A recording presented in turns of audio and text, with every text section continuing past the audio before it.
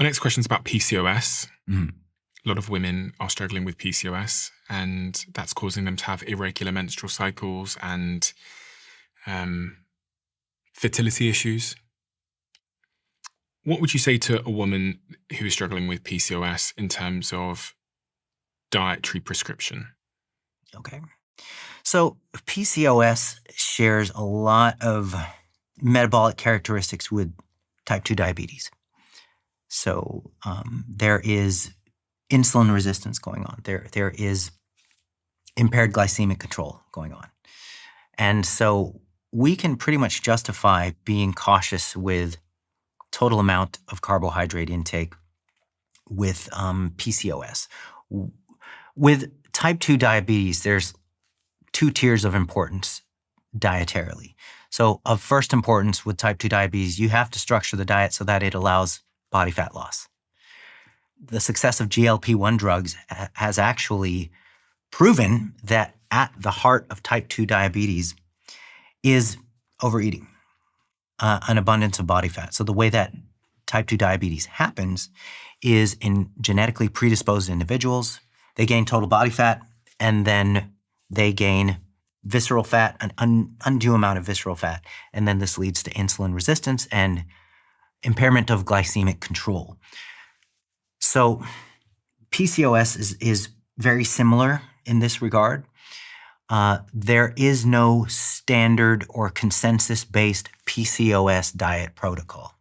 But because it shares so many similar characteristics with type 2 diabetes, then we can pretty much employ the same principles of how we would intervene with type 2 diabetes, which would, number one, put a priority on total body fat reduction. And then tier number 2 would be, all right, do we need to restrict carbohydrates even further?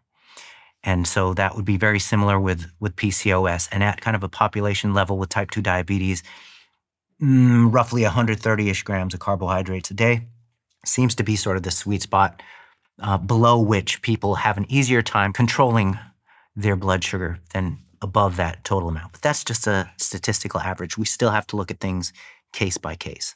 My girlfriend, she has PCOS, and she did the ketogenic diet with me. She's on it at the moment. We've been doing it for about 8 weeks now. Mm-hmm.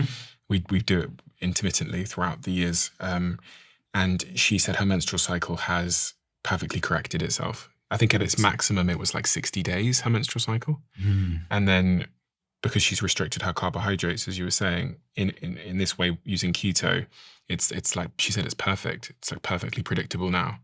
That's awesome. I say that in part because I think people don't, with PCOS who have irregular menstrual cycles, don't often consider that carbohydrates, sugar, glucose, whatever, could be the perpetrator. Yeah. Yeah, well. Because it's framed as a disease, like you're born with it, maybe it's heritable, maybe there's an element of truth to that, but it's crazy that dietary intervention had such a profound impact on her in particular. It's glad to hear that you found something that works. That's anytime you present with some sort of clinical condition, I would first tell you, hey, see an endocrinologist or see a doctor who specializes in that particular issue.